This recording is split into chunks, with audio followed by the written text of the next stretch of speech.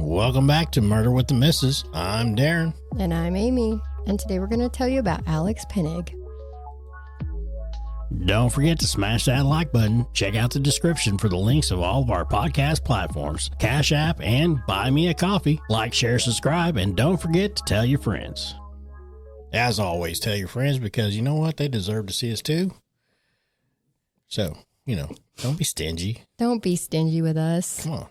There's plenty of us to go around. Yeah. I mean, I'm a pretty big dude. Stop it. I meant like love and entertainment. Oh, well, I meant love too. Come on. Okay. How you doing? No. Wait. Anyway, move on. Okay. For this one, we are going to St. Paul, Minnesota. There is a trigger warning for this one because there is talk of self-harm.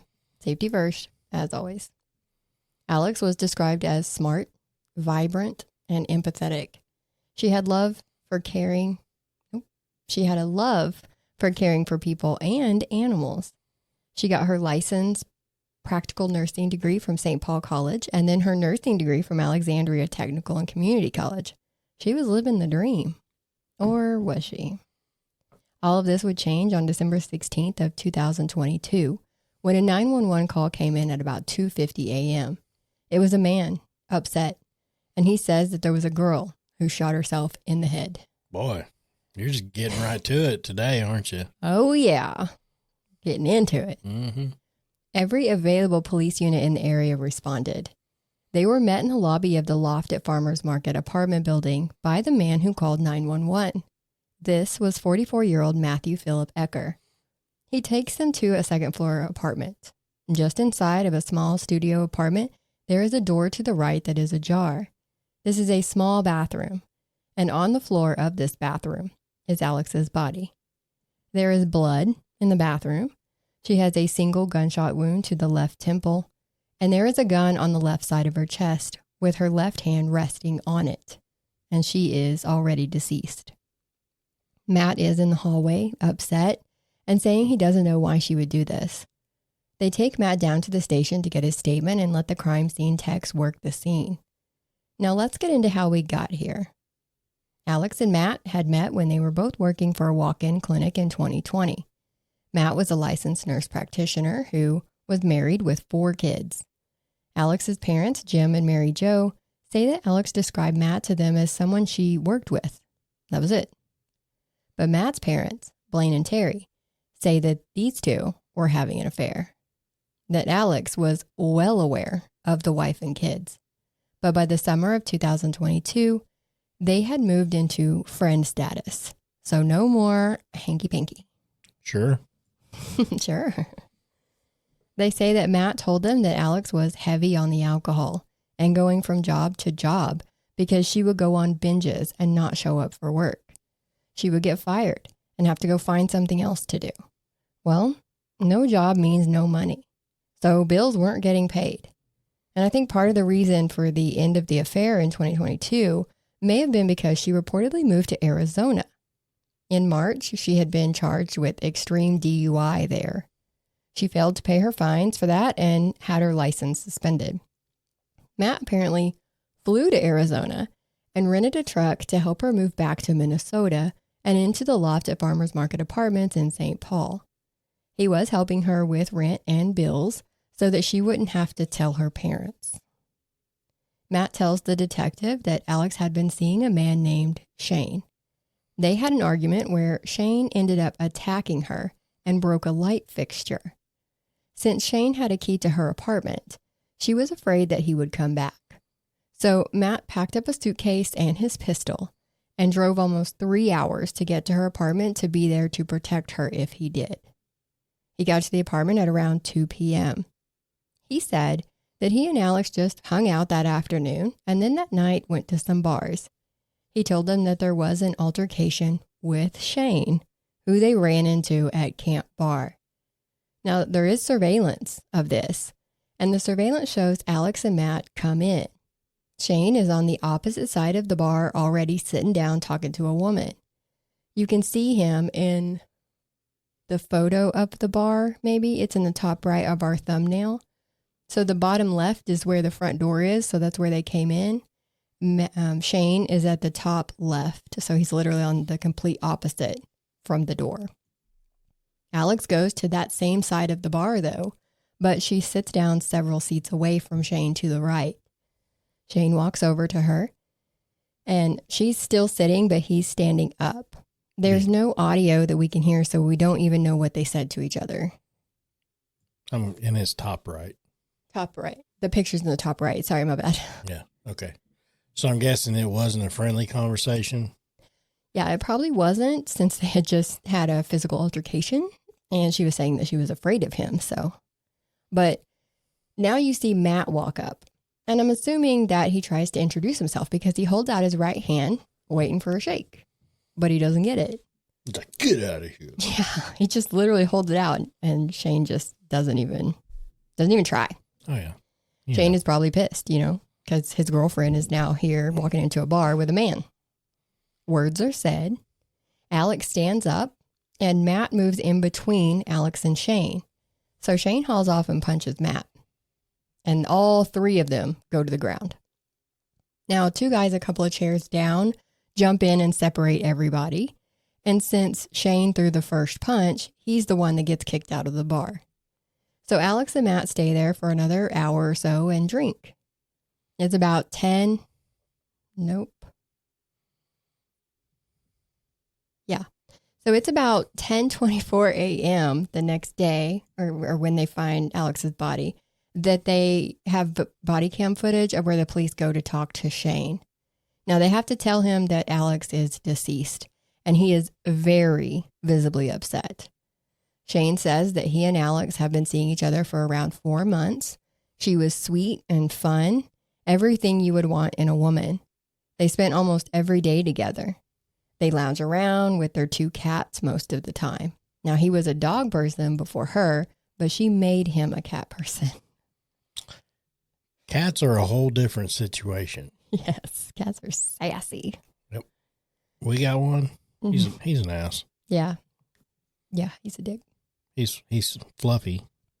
Yeah, and he has moments of niceness. Soft, but he's a dick. He has a problem. But anyway. Shane does admit to having an argument with Alex the day before, but he says it was because they had talked about moving in together previously, and she wanted to know what was taking him so long to move in. They asked him if the fight got physical, and he said, no, God, no.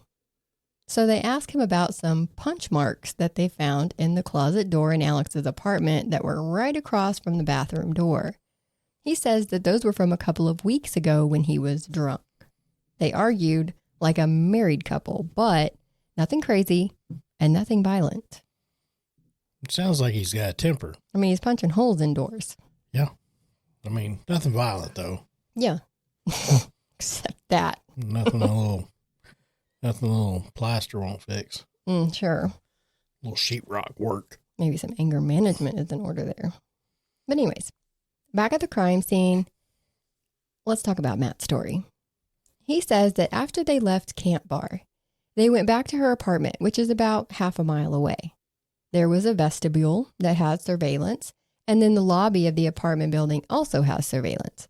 So we can see that they get back to the apartment building at 2:04 a.m. and go up to the apartment. Then, 20 minutes later, you see them both go out the front door of the building again.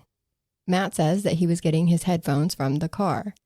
Alex walks back into the vestibule to wait because it's pretty cold outside. So she's kind of pacing in place. She crosses her arms, and then she eventually just sits down on the floor. When Matt comes back in, she goes through the door to the lobby, but she doesn't try to hold the door open for him or even push it out a little for him, even though she knows he's coming in right behind her. So she goes through the door and just keeps walking to the elevator. And Matt had grabbed the door to go through it once they got into the lobby, and you can see him shrug his shoulders and hold his arms up like, what the fuck? Mm-hmm. Yeah. Like, what the hell did I do? Right. Like, what's your problem? Besides getting a tussle? Yeah, but they'd already been in the apartment for 20 minutes at this point. Oh. So, I don't know. Maybe, why are you being rude? Maybe you turned her down. Maybe. Detectives say that this is huge. This is the last time that she is seen alive. And it looked to them like her and Matt were in some kind of a disagreement. But she had been on her phone at one point while she was in that vestibule pacing around. So they're thinking that maybe there was something on her phone that could have irritated her. And just know that they went back up to the apartment at about 2:28. So it's roughly 20 minutes before Matt's then calling 911. So not very long at all. Friends and family would say that in that surveillance of them in the lobby, that she looks mad because when she walks across that lobby, she is stomping. And they said that's what she did when she was mad. She'd stomp, stomp, stomp, stomp. Stomp, stomp, stomp, stomp. Well, she's kind of little and she had on those boots. So it's kind of cute when mad people walk and they have on like cute stuff. It's just funny to me. Matt says that they get back to the apartment and at some point she just grabbed his gun. Why it was out? I don't know. But she takes it, puts it to her left temple, and then backs into the bathroom. She shut and locked the door. Now he was trying to get in, but he hears a gunshot. He busts the door with his shoulder and tried to put pressure on the wound because remember, he's a licensed practical nurse. Since he's realizing she needs help, right? So he washes his hands and then calls 911. He tells them that she had been shot about 4 minutes before he called. So before we start breaking this down any further, let's take a second to hear from today's sponsor. Give us just one moment. Uno momento. Poor favor. Do you or someone you know live in an apartment community? Are you balling on a budget? Make your money work for you. Some apartments don't even offer a washer and dryer included in the lease. If you want that live, you need to contact My Laundry Solutions. They service areas in Oklahoma, Missouri, and Texas. Their newest location is in Fort Worth, with more locations opening in Texas in 2025 and 2026. Check the website for locations near you. There's no credit check. Every contract includes free local service. They professionally install, and your account is available 24/7 online. Go to your leasing office, go to mylaundrysolutions.com, or call 800-535-4411. Stop wasting your hard-earned money at the laundromat and give My Laundry Solutions a call today. Go and check them out. Today. Or tomorrow. Anytime, really. It's 24/7 online. Yeah, but go check them out. What do you got to lose? What do you have to lose? Good deals? You don't want to miss that. Yeah. Okay, so in our case, Matt has tried to render aid, washed his hands, and called 911. He told them at the scene when the cops got there that he washed his hands. So they look in the sink right away. So, I mean, did he wash his hands because, all the blood, he couldn't open his phone? Sure. I mean, that's the only thing I can think of. Mm-hmm. Okay, go ahead. Mm-hmm. Go ahead. Okay. There was no blood in the sink. No blood on the handle where he would have had to touch it, with his bloody hand to turn the water on. And the sink itself was dry. But even at the station later, when they asked him about all that, he stands firm that he washed his hands in that bathroom sink. Now, another issue was the gun. Alex's dad, Jim, said that Alex never liked guns. She had never shot a gun. She didn't know how to handle guns. But in Matt's version of events, she picked it up, pulled the slide back to cock it, and then held it to her head. Oh. So the cops questioned how she would know that she'd have to do that if she didn't know anything about guns. And Matt says that he never carried his gun with one in the chamber, and he had a permit to carry that. So that wasn't an issue here. But that question still remained. He never really didn't answer it. Like, I don't know, but I never had one in the chamber. So she wouldn't have been able to shoot it any other way. And when the shot went off, actually, let's talk about that the gun was on her chest with her hand on it. If you are standing and you shoot, you're not going to fall with the gun landing on top of you and then your hand on top of the gun. That's not typical. No. Yeah. So when you shoot or when the shot went off, her body would have relaxed. Her hand would have went down with gravity. So it's really, really weird to land like that. But Matt is adamant that he did not move that gun. Plus, remember, he rendered aid. Nothing fell? Nothing moved? What kind of aid are you rendering? Anyways, either way, the detectives are telling him that his story is not adding up. Like, they immediately are like, no, buddy, that's not how this works. So they're like, hang on, you sit tight right here. We're going to go check on something. And you just sit here and think through your story and see if there's anything you might be missing. So these cops are paying attention right from the start. Right from the start. That's good. Yeah.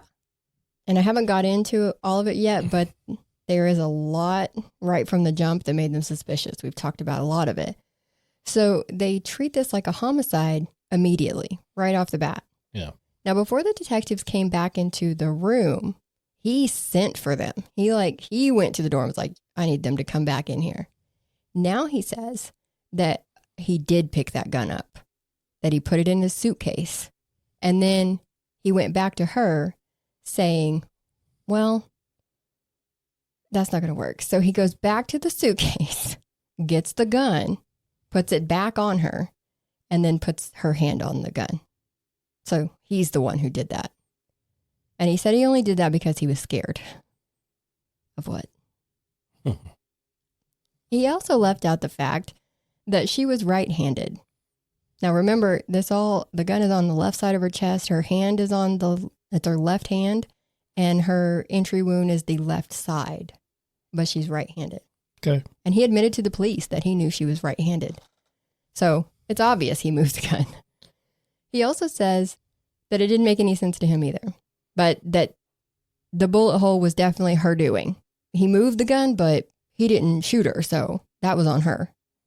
The crime scene unit was processing the scene while he was being interviewed by the detectives, and so they called the detectives because when they moved her body underneath her head, they found a round piece of metal.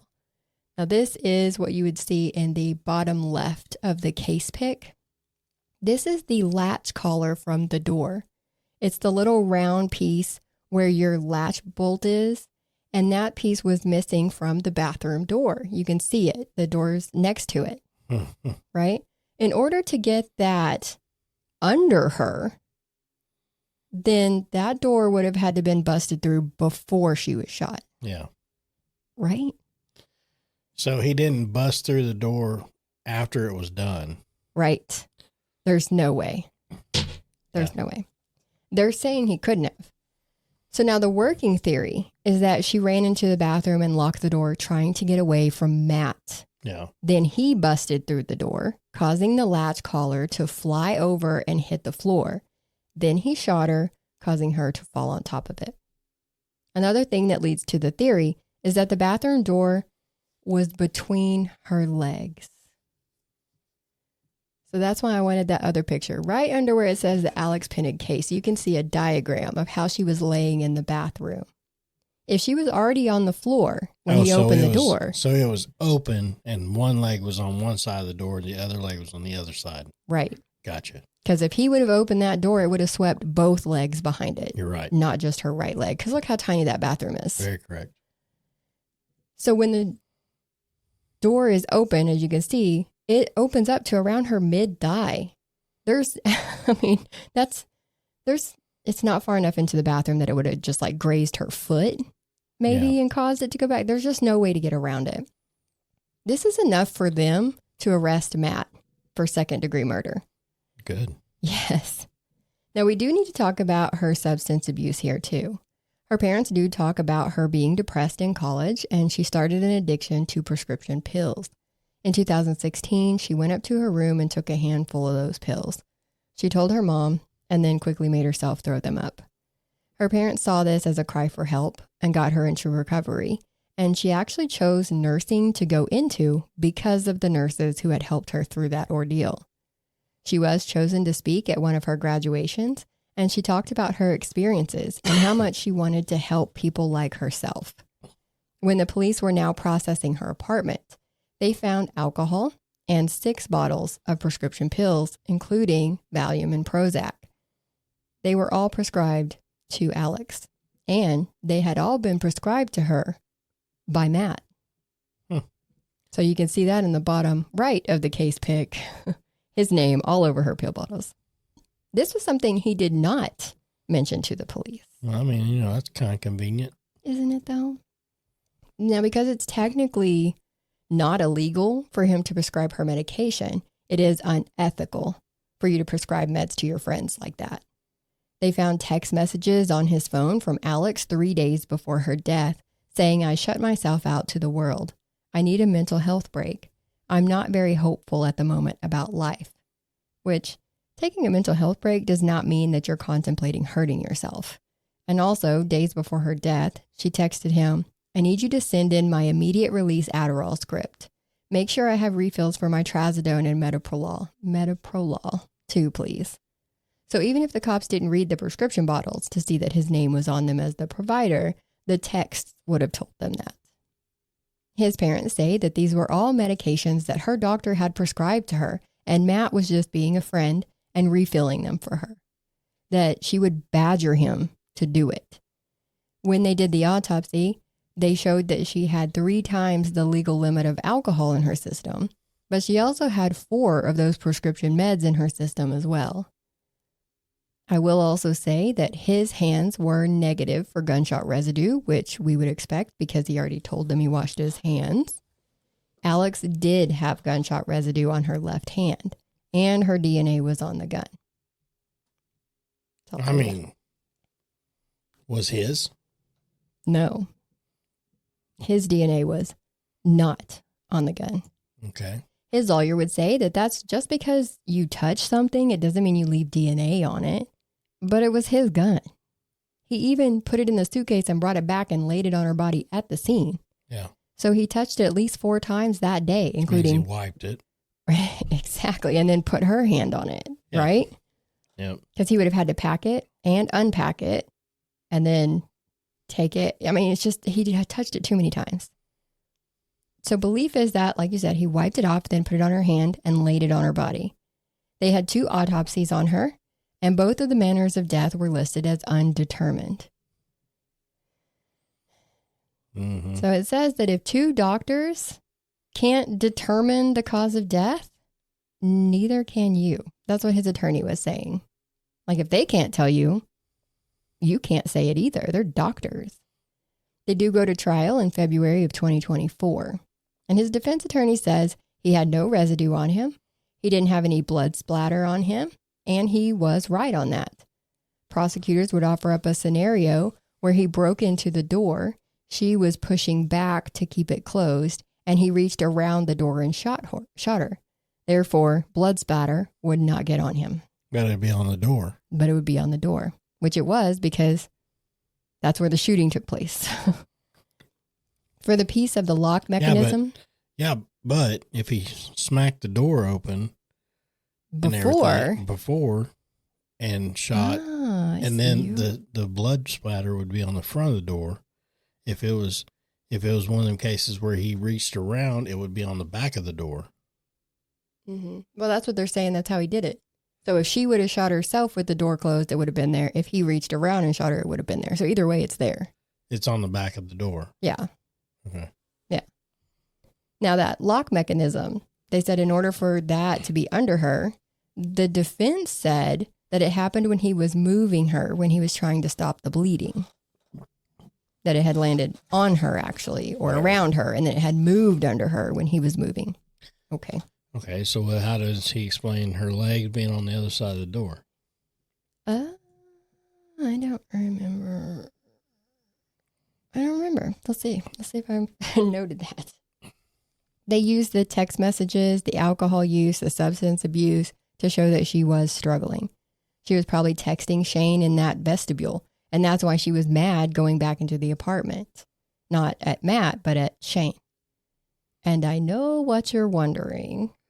Did her phone records show that she was texting Shane? I knew you would wonder that. They do not. And I'll tell you why.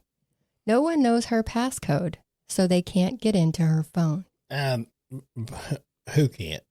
Anybody, apparently. Well, whatever. They can hire to have it unlocked. You would think so. No, you can. I know so. They take people's phones all the damn time. Well, one thing I've learned in some recent trials I've been watching is that if you have a 4-digit passcode, they can unlock it pretty quick. But if you have a 6-digit passcode, it will take years for them to be able to find the right code and unlock it. Yeah. So at the time, they could not. So why don't you check Shane's phone? Yeah. Right? Well, they would have, but he said he lost his that night. So of course. He doesn't even know if she was trying to get a hold of him. He wouldn't know either way. So why couldn't they subpoena her phone records, right? Like what number she texted, or if she texted anybody, who knows? They didn't talk about that. So how they can subpoena the freaking text records. This is what I'm saying. Like the whole messages. 100%. But they've never talked about that. So it remains a mystery. So it's like they started off so good. I know. And then it's like fucking. Blah, blah, blah. Yep. Downhill. There's multiple theories for Matt's motive. The pill bottles in the apartment were dated in November, and this happened in December. So maybe he said he wasn't going to refill them again, or maybe she threatened to report him. Maybe she threatened to tell his wife about the affair, or maybe he was tired of giving her money. Like there's so many different motives they could go through. Yeah. Her dad said that they wanted to believe that he was responsible for her death, but believing it and proving it are two different things. But True. The jury deliberated, yeah, very true. But the jury deliberated for 9 hours before finding him guilty of second-degree murder. He had sentencing 2 months later on April 3rd of 2024. Alex's friends, Sarah and Jillian, spoke. Jillian often talks about her and Alex playing hockey together when they were younger. Alex's parents asked the judge for a harsh sentence, saying the world lost a special soul and we lost our baby. Ugh. That's sad. Ugh, it's horrifying. Matt's family spoke on his behalf too about how compassionate and caring of a person he is. But then the judge sentenced him to 30 years in prison. Matt's wife did divorce him and got sole custody of the kids. Of course. I mean, yeah. Well, who else is going to get custody of them? Right. Well, I mean, his family can still have grandparents' rights in some states. I didn't look to see if Minnesota's one of them. Well, I'm sure she's not going to try to keep them away from the grandparents. People have done weird things. Yeah, but, I mean, come on. Because they're supporting him, so she might be like, I don't want that negativity in their lives. Yeah. You never know. Never mind, I lied. Matt's family has no contact with him. It was literally my next note. That's my bad. So yeah, maybe they do. See, they're gonna comment and be like, "Oh man, I'm finding all kinds of stuff you're messing up on." You lied, but then because they didn't go to the next sentence, yeah. Matt is appealing his conviction. Alex's parents live close to the cemetery where Alex is buried, and they have a little bench at the foot of her grave where they sit and visit with her. That's so sad. Her parents say that a baby rooster had been dumped out and wandered into their yard, and they figured that this was Alex's doing. So they took that rooster and they built a coop, naming it Alex's Coop. And now they have 12 chickens. Because when you get one, you just got to have more. Yeah. We've been there. Jillian and Sarah get together with her parents like as often as once a month to visit and reminisce about Alex and how fun she was. And that's all on this case. You got any final thoughts? No, it was kind of weird because I think if anything, it was he busted in the door, knocking her down. Okay. And then he did it. But then how come he didn't have any blood on him? And why was there blood on the door? Because he was probably far enough away. He probably just did it at a distance. That's true. You know, did she have gunpowder on her temple? They just said it was on her hand. They didn't say if it was on her head or if she had any stippling. So, yeah, if he knocked her out and then put the gun in her hand and did it, true, that would put the powder on her hand. So, I mean, there's all different ways, but I mean, it's just the fact that the door is in between her legs open, is damning evidence. Yeah, it's different. And then the fact that the little key latch, the latch ring is underneath her. That right there it's like it's not that she did it. You know, it was done. Right. Right. So I think they started off strong with this case and then kind of, I guess, lost interest. Well, they had what they needed apparently because he got a conviction. Yeah, I mean, he got a conviction. They got a conviction and everything. But, I mean, I think they could have went a little bit further. Yeah. With it. And, I mean, he could have, instead of the 30, I mean, he got a long time, but I think he could have got a bigger sentence. Well, I think that's the mandatory in Minnesota for second degree. Yeah, this was second degree. But I mean, he probably would have got different charges if they could have proved it. That is true. Yeah, they could have got him for first because it only takes a second to have premeditation. Yeah. Yeah. Yep. So, but anyway, that's my thoughts. Sweet. If you like our content, please be sure to like, share, and subscribe. Hit the notification bell so you get a notification whenever a new episode drops or if we go live. If you have any case suggestions or just want to say hi, you can email us at danda.truecrime@gmail.com. And as always, don't forget to tell your friends because you know what? They deserve to see us too, because like I always said. But and if you guys ever want to just help out or contribute or whatever, anything like that, we don't always ask for it because we really don't expect it. But I'll throw up our little Cash App and our Buy Me a Coffee. Until then, see you guys next time. Bye.